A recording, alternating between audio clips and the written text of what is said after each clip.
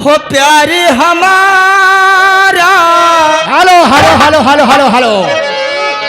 हमारे माननीय दिवाकर प्रधान जी, हमारे दिवाकर प्रधान जी जो भैया प्रधान के प्रत्याशी हैं, उनकी तरफ से हम दोनों के लिए भाई 10-10 रुपये स्पेशल इनाम नो राइटिंग कलम पर लिखा नहीं जाएगा। भैया बहुत पीछे बैठे हुए हैं, उनको तो हम करीब बुलाना चाहते हैं लेकिन थोड़ा दूर बैठे हैं और कहते चलिए हमारे भैया को कोई फरमाइश नहीं है, फिर भी अपने मन से कोई शुक्रिया मांगेगा। गाना ये जो प्यार हमारा अमर रहेगा इसको पूरा सुनाइएगा। क्यों नहीं? 10 रुपये और कहना है प्यार हमारा अमर रहेगा, याद करेगा जहां हो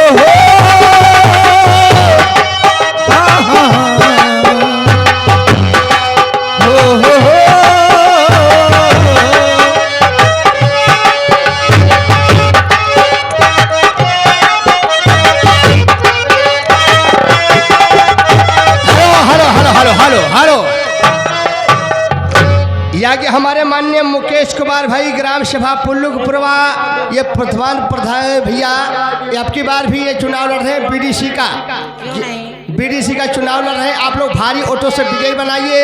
उनकी तरफ से 20 रुपये अनाउंसमेंट के लिए नो राइटिंग कलम पर लिखा रह जाएगा। आ रहा भी आइए प्रधान जी माना है थोड़ा 20 रुपये हमें दिए हमारे बीडीसी भैया ने। ठीक है भाई, इनकी फरमाइश नहीं हो रही है, बार बार शिकायत कर रहे हैं। क्या? चलिए पहले इस गाने को आप पूरा कीजिए।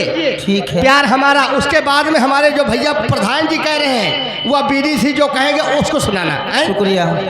हेलो आगे मैं भाई सियाराम चौहान चांदपुर कह रहे भाई ये जो गाना चल रहा है ना इसको आप पूरा करिए। हो जाएगा। ये 20 रुपये दे रहे। आप अगर बारी बारी से फरमाइश सुनेंगे तो वादा तो नहीं करती मगर विश्वास दिलाती हूँ कि मजा दोस्त जरूर आएगा। और कहना है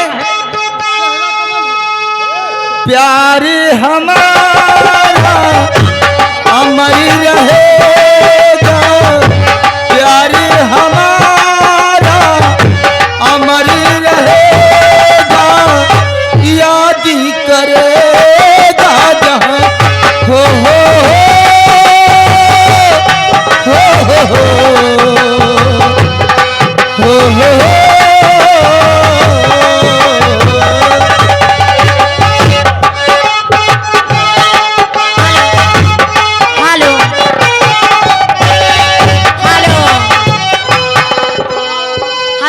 दिवाकर प्रधान उल्लीपुरा के 20 रुपए दे रहे हैं। उनका कहना है हर कदम पर कोई कातिल है। और आगे ये अमन ये 20 रुपये इसी चीज पर खुश होकर देते हैं। और कहना है हेलो हेलो यागी हमारे माननीय तिलक राम भाई और हमारे दिवाकर प्रधान जी दोनों भाई की तरफ से 10-10 रुपये इनाम आए हैं। हमारे बगल में रामो जो बैठा है जी हैं 10-10 रुपये इनाम दिए हैं। भाई शुक्रिया कोई नहीं है और शुक्रिया मारिए अपने मर्जी से मारिए। और दूसरी बात कुछ फरमाइश से भोजपुरी आ रही है, भोजपुरी वो गाने सुनाइए, बार बार हमको डिस्टर्ब किया जा रहा है। आइए बोलो। हेलो कहना बहन जी खास तौर से अरे बड़ी गल पीरतिया कि सच कहा तानी अरे जैसे जुए महुआ राजा जुए मोर जवानी, जैसे जुए महुआ राजा जुए मोर जवानी, जुए मोर जवानी राजा जुए मोर जवानी, जुए मोर जवानी राजा जुए मोर जवानी,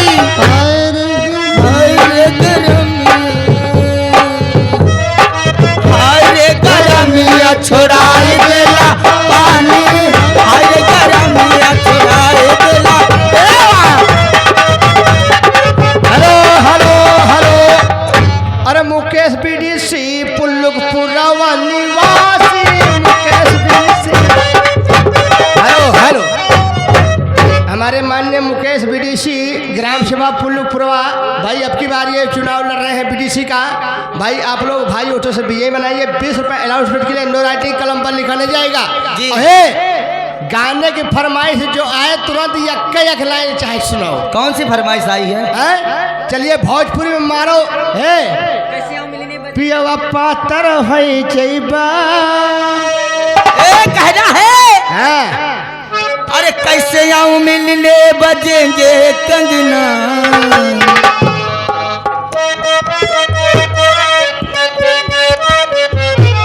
हो कैसे आऊं मिलने बजेंगे कंगना, पायल की खनक से जगेंगे सजना, पायल की खनक से जगेंगे सजना।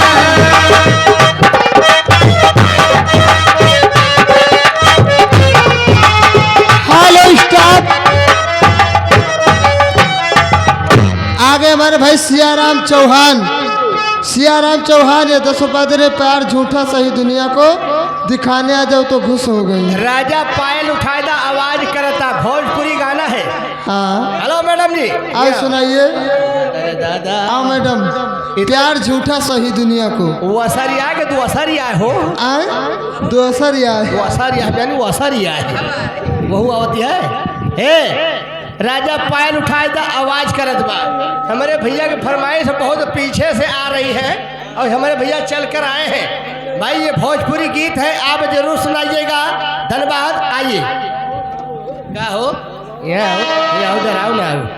यागे दूल्हा की माई, वारी दूल्हा की माई तो ही प्रधान जी, ओ प्रधान जी नाश्ता। दूल्हा की माई आ गई, देखो ये देखो आ गई दूल्हा।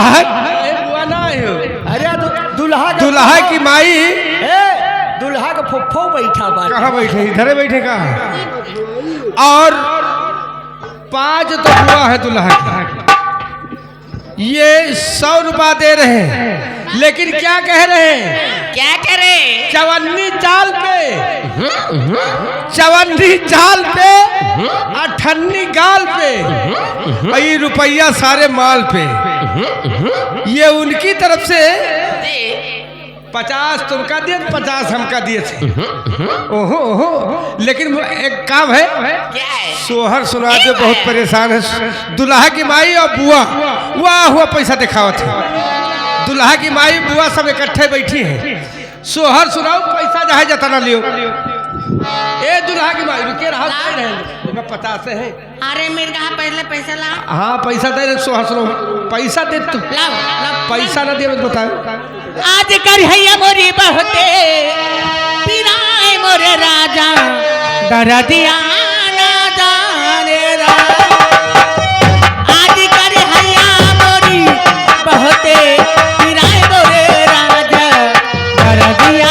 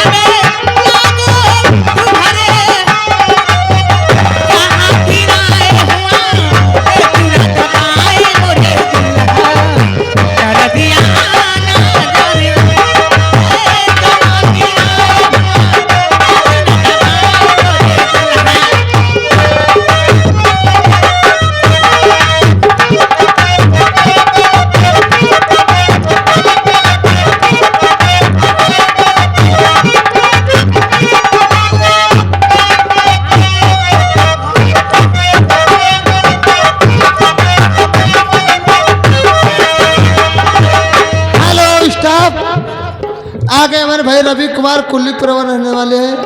कहना भाई भजन गाइए बाबा साहब का, सुनाइए। सुभान व्यापारी पिठलग रहने वाले हैं, जहाँ मकुना हाथी है। पिठला पिठला पता कहाँ है? हाँ हुए हाथी है, हालियापुर के पास एक छोरे है।